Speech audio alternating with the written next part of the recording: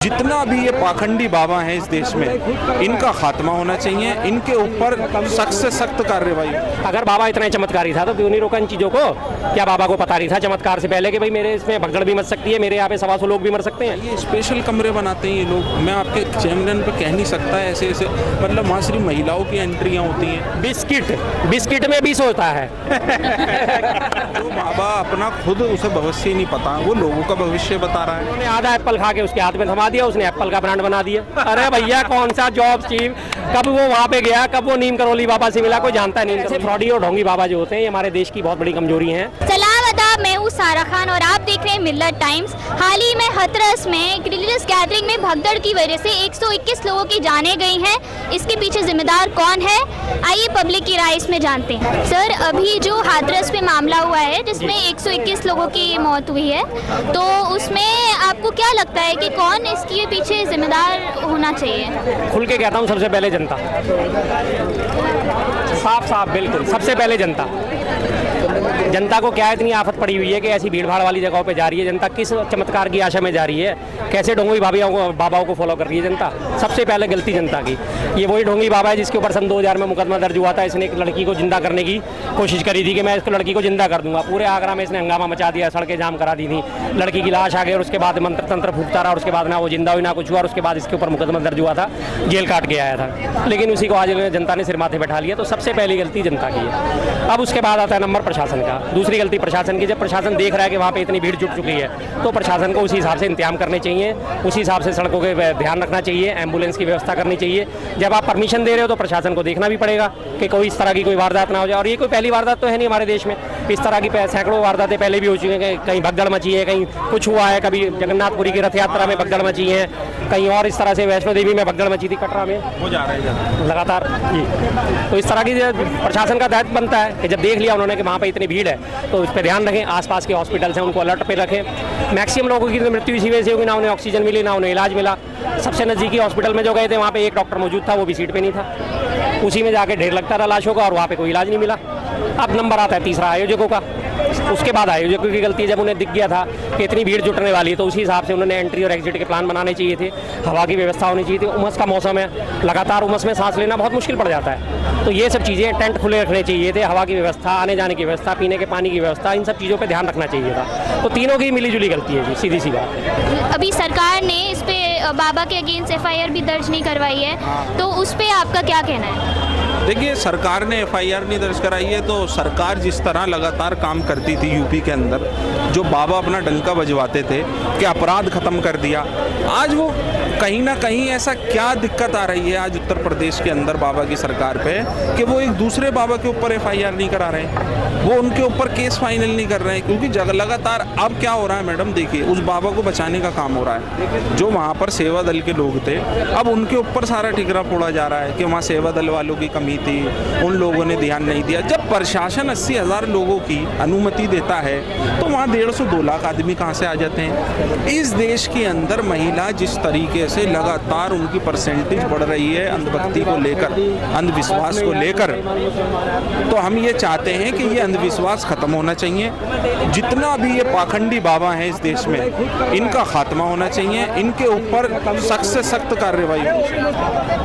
ये अभी यूपी में विधानसभा के इलेक्शंस होने वाले हैं, तो आपको लगता है कि ये जो इंसिडेंट हुआ है ये कहीं ना कहीं उस इलेक्शंस पे इम्पैक्ट दिखा सकता है? हमारे यहाँ सबसे बड़ी दिक्कत पता है क्या? जनता की याददाश्त बहुत कमज़ोर है, बहुत ही कमज़ोर है। आज वारदात होगी, अगले दिन भूल जाएगी जनता। आज हाय हाय तोबा तोबा हो रही है, जो उनके गए वो तो चले गए बेचारे, और उसके बाद बाकी जो आज अफसोस जता रहे हैं वो सब अपने घर बैठ जाएंगे। और अभी रही बात यूपी की, तो यूपी के इलेक्शन तो अभी 2027 में होने, बहुत टाइम बचा है, तब तक तो सब पता नहीं और ऐसे कितनी वारदातें हो चुकी होंगी। ये रोज़ एक नई वारदात हो जाती है, वो पिछली वारदात जो है ख़त्म हो जाती है। तो जनता अगर इन्हीं चीज़ों को ध्यान रखती तो ऐसे लोगों को ना चुनती। और जनता ने अभी भी सबक कहाँ लिया? वहाँ पे लगातार लोग इतने मारे गए, 125 से ज़्यादा लोगों की मृत्यु हो गई, और उसके बावजूद भी उसका आगरा में जो घर है, एटा में जो उसका घर है, वहाँ जाके लोग उसके दरवाजे पे दंडवत हो रहे बाबा के। क्या जनता ने सबक लिया? अगर बाबा इतना चमत्कारी था तो क्यों नहीं रोका इन चीज़ों को? क्या बाबा को पता नहीं था चमत्कार से पहले कि भाई मेरे इसमें भगदड़ भी मच सकती है, मेरे यहाँ पे 125 लोग भी मर सकते हैं? अगर तू सब कुछ देख सकता है, भविष्य देख सकता है, लोगों का भविष्य सुधार सकता है, तो क्यों नहीं रोका उन लोगों को कि भाई इतने लोग मत आओ, मैं इसको कैंसिल कर रहा हूँ, यहाँ पे भगदड़ हो सकती है, यहाँ पे लोगों की जानें जा सकती हैं? नहीं पता ना उसे कुछ भी, उसे अगले कदम का नहीं पता, उसे ये नहीं पता कि वो अंदर जाएगा या बाहर रहेगा।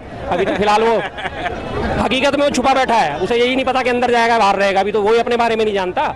ऐसे फ्रॉडी और ढोंगी बाबा जो होते हैं ये हमारे देश की बहुत बड़ी कमजोरी हैं और हमारे देश की जनता की इसमें बहुत बड़ी गलती है। मैं साफ कहता हूँ, बेशक लोग मुझे गालियाँ दें, बेशक लोग मेरे से नाराज हों, बेशक लोग मुझे धर धर के गए ब्राह्मण नहीं है, पंडित नहीं है, ऐसी बात करता है वैसी बात करता है, लेकिन मैं खुली बात करता हूँ, सच्ची बात करता हूँ। उसी भगवान के लिए तुम आशीर्वाद लेने उनके पास जा रहे हो, ये रहा मंदिर चले जाओ भाई, आशीर्वाद तो तुम्हें यहाँ भी मिलेगा और घर बैठ के पूजा करोगे तो आशीर्वाद तो तुम्हें तब भी मिलेगा।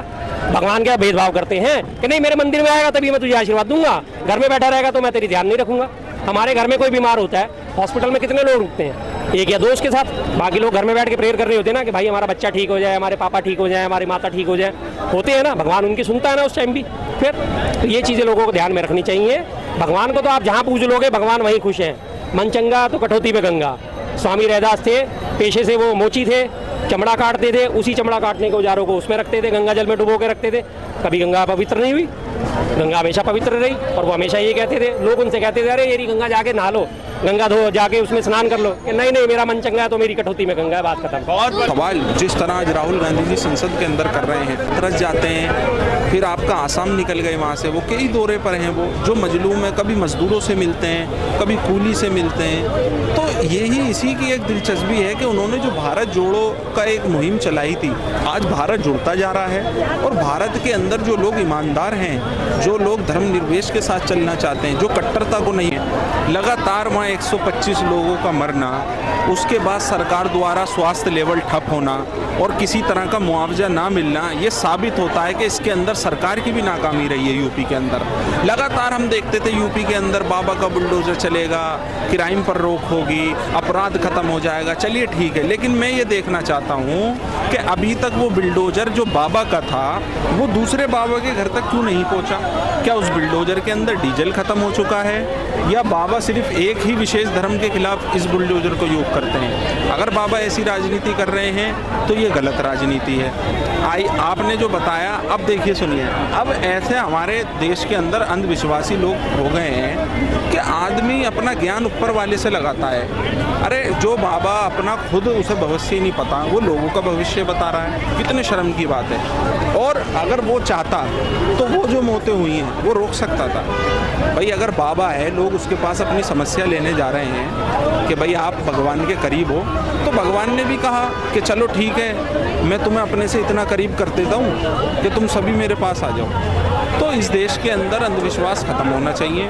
जो भी जिस धर्म का है, जो जिसे ईश्वर को, अल्लाह को, भगवान को मानता है, वो अपनी बिल्कुल सीधा अपनी आस्था जो है ऊपर वाले से जोड़े। ये नीचे लोग जो हैं जितने भी, ये अपनी रोजी रोटी चलाते हैं, इनके आश्रम बन जाते हैं ये। अब ऐसे बताइए, स्पेशल कमरे बनाते हैं ये लोग, मैं आपके चैनल पर कह नहीं सकता ऐसे ऐसे, मतलब वहाँ सिर्फ महिलाओं की एंट्रियाँ होती हैं। तो ऐसे लोगों के खिलाफ सरकार क्यों एक्शन नहीं ले रही?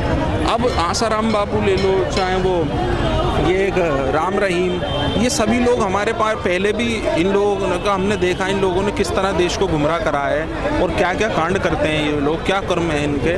तो ऐसे बाबाओं के ऊपर सख्त से सख्त कार्रवाई हो। जिस तरह जमीयत उलमाए हिंद ने 10,000 रुपये मूर्तिक परिवार को और 5,000 रुपये घायल लोगों को वहाँ जो अनाउंसमेंट किए उन्होंने, तो इसी तरीके से सरकार भी आगे आए ना। जब ऐसी संस्थाएं आगे आ रही हैं तो सरकार क्यों पीछे अभी तक? मेरी समझ, राहुल गांधी ने वहाँ दौरा करा, राहुल गांधी मणिपुर भी गए, लेकिन देश के प्रधानमंत्री रशिया निकल जाते हैं। ठीक है, उनके लिए पहले देश है या विदेश है, मैं पूछना चाहता हूँ। सर ये जो मामला हुआ है इसमें सरकार ने कोई कार्रवाई नहीं की है तो बाबा के ऊपर, तो उसमें आपका क्या राय है? होनी चाहिए कार्रवाई, ऐसे बाबाओं के ऊपर भी होनी चाहिए जो लगातार भ्रम की स्थिति फैलाते हैं। एक बाबा है, बिस्किट में विष होता है। ऐसे बाबाओं को जब आप प्रश्रय देते रहोगे, आश्रय देते रहोगे, तो ऐसे लोगों की तो दुकान चढ़ती रहेगी। उसी बाबा का आप महिलाओं में, उसकी दूसरी एक और बात है, वो कोर्ट नहीं कर सकता इस टाइम। अगर कोई एग्रीजेंट्स होता तो मैं बता देता। महिलाओं के बारे में उसने कहा था कि महिलाओं को दंडवत प्रणाम नहीं करना चाहिए शरीर लेट के, तो उसके बाद की बात आप देख सकते हो सब लोग वीडियो में, क्या उसने बोला था। तो ऐसी उल्टी सीधी बातें करने वाले जो बाबा हैं, क्या इनके ऊपर रहम रखा जाए? क्या एप्पल के लिए जब वो लोगो तैयार हुआ था तो एक वो नीम करोली बाबा के पास गए, उन्होंने जॉब स्टीव ने पूछा साहब मैं अपने नाम क्या रखूं? उन्होंने आधा एप्पल खा के उसके हाथ में थमा दिया, उसने एप्पल का ब्रांड बना दिया। अरे भैया कौन सा जॉब चीफ, कब वो वहाँ पे गया, कब वो नीम करोली बाबा से मिला, कोई जानता है नीम करोली बाबा को विदेशों में? उल्टी सीधी फैलाए जा रहे हैं लोग, फिर भी उनके पास जैसे वो कभी निर्मल बाबा समोसा खाओ, हरी चटनी नहीं खाई इसलिए कृपा रुकी पड़ी है, जूते नहीं सूंघे इसलिए कृपा सूंघी पड़ी है, अपनी जुर्राव जाके उसको सूंघाओ इसलिए तुम्हारी कृपा अटकी पड़ी है। उल्टी सीधी जो ये जनता की बहुत बड़ी गलती है जी, जनता को थोड़ा सा अवेयर होना पड़ेगा। विज्ञान का युग है। हाँ, दो नहीं, बिल्कुल बिल्कुल। हाँ, खास तौर से महिलाएं वो सबसे ज़्यादा जाती हैं। अपने घर में ध्यान रखो, अपने घर का ध्यान रखो, प्रभु आपसे वैसे ही प्रसन्न हो जाएंगे। तो ये थी हाथरस के बारे में लोगों की राय। बाकी अपडेट्स के लिए जुड़े रहिए मिल्लत टाइम्स के साथ। बहुत शुक्रिया।